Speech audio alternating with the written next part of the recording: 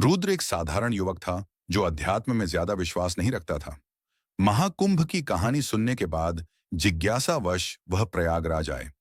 यद्यपि वह शहर की रोशनी, भक्तों की भीड़ और भिक्षुओं की कठोर साधना को देखकर कुछ हद तक आश्चर्यचकित था, फिर भी उसके मन में संदेह बना रहा।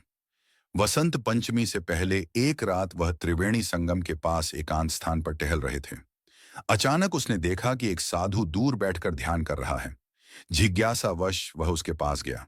साधु ने अपनी आंखें खोलीं और रुद्र की ओर देखते हुए कहा, बेटा, तुम यहां क्यों आए हो? रुद्र ने कहा, मैं तो बस देखने आया था। लोग कहते हैं कि इस दिन गंगा का पानी चमत्कारी हो जाता है, पर मैं इस पर विश्वास नहीं करता।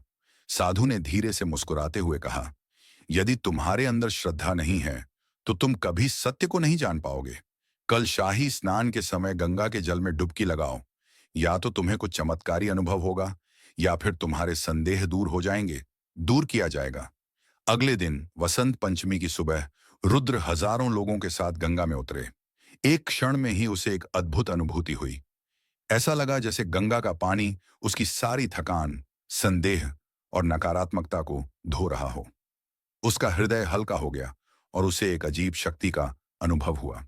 लेकिन असली आश्चर्य तो तब हुआ जब वह पानी से बाहर आया तो उसने देखा कि साधु कहीं नहीं था। मैंने आसपास के लोगों से पूछा तो उन्होंने बताया, यहां ऐसा कोई साधु नहीं है। वैसे कहा जाता है कि हर महाकुंभ में एक चमत्कारी संत आता है जो सत्य के साधकों का मार्गदर्शन करता है। रुद्र को झटका लगा। उस दिन उन्हें एहसास हुआ कि आस्था को केवल तर्क से नहीं समझा जा सकता, उसे हृदय से महसूस किया जाना चाहिए। उसी रात उन्होंने महाशिवरात्रि पर फिर से गंगा में शाही स्नान किया, इस बार बिना किसी संदेह के, बल्कि अटूट विश्वास के साथ। इस कहानी से हमें यही सीखने को मिलता है, जीवन में कई रहस्य हैं जिन्हें हम तर्क से नहीं समझा सकते, लेकिन अगर हम अपने डर, संदेह और गर्व को छोड़ दें और सत्य की खोज करें, तो हम जीवन के सच्चे अर्थ को समझ पाएंगे। अगर आपको यह कहानी पसंद आती है, तो इस कहानी को उन लोगों तक भेजें जिन्हें इसकी सख्त जरूरत है, और लाइक और सब्सक्राइब करना न भूलें A D Bengal live channel को, ताकि हम आपको ऐसी और भी शिक्षाप्रद कहानियां बता सकें।